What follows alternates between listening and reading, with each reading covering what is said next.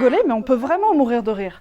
On raconte qu'au IIIe siècle avant notre ère, le philosophe grec Chrysippe de Solès a fait boire du vin à un âne et il l'a regardé manger des figues. Ça l'a tellement fait rire qu'il en est mort. Pour la petite histoire, le mec était un stoïcien, un philosophe qui prône l'absence de troubles et de passion pour atteindre le bonheur, et il est mort de rire. Plus récemment, en 2012, des médecins ont rapporté le cas clinique d'une femme morte dans son rire après avoir entendu une bonne blague sur son lieu de travail. L'histoire ne dit pas de quelle blague il s'agissait.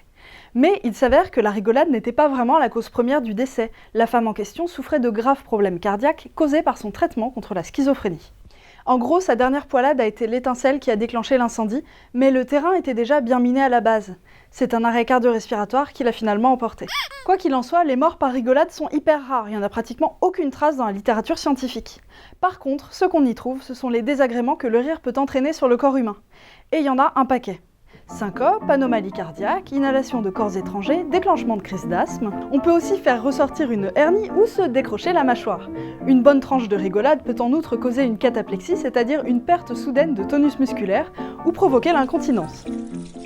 Tout ça c'est vrai, mais au final, se fendre la poire, ça fait plus de bien que de mal. Et c'est pas moi qui le dis, mais c'est Méta-Analyse qui compile à elle deux près de 1000 articles scientifiques sur le sujet. Et pour aborder les bienfaits du rire sur la santé, venez découvrir avec nous les joyeusetés du yoga du rire.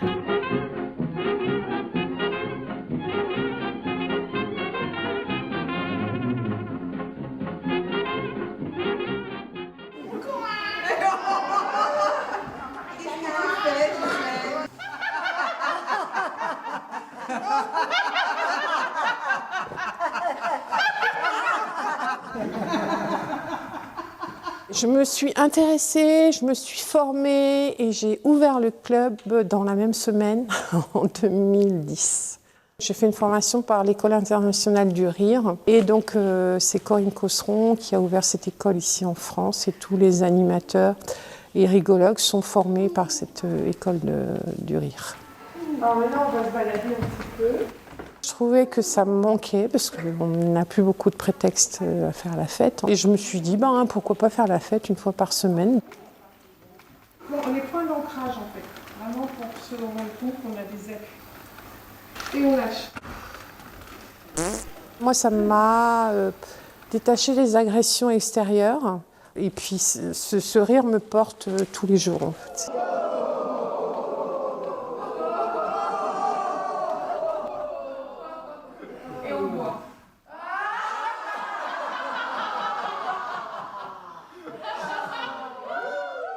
Je pratique la rigologie depuis 1 an environ. Ça m'apporte beaucoup de joie. Dans ma semaine, j'ai plus envie de faire des choses que de rester coincée à la maison à rien faire. Ici, ça permet de relâcher tous les rires et de décompresser de la semaine. Une façon de voir la vie autrement.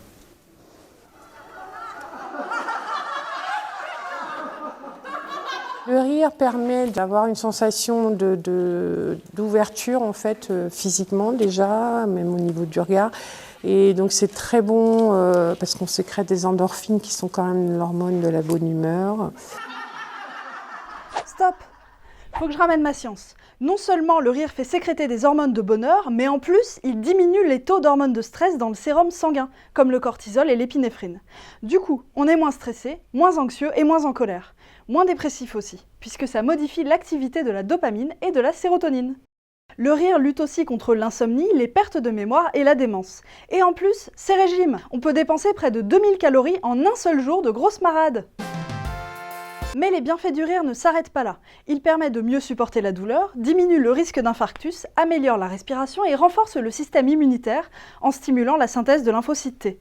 Moralité: rire, c'est bon pour la santé. Même les scientifiques le confirment.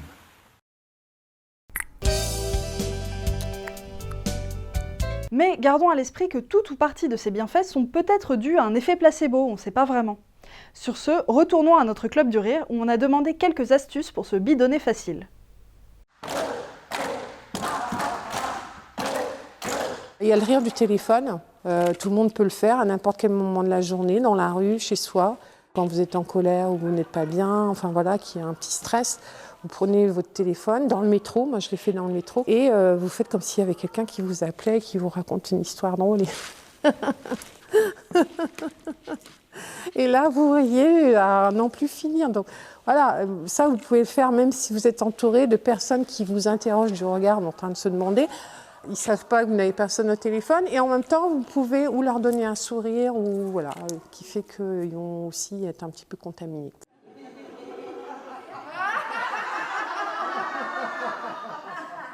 Rassemblons-nous, rassemblez-vous et soyez positifs. Intégrons le rire, le positif, la bienveillance, être attentif à l'autre et donner et recevoir tout ce qu'on peut avoir d'agréable. Oh, vous tous, je vous aime. Merci beaucoup. Merci à vous.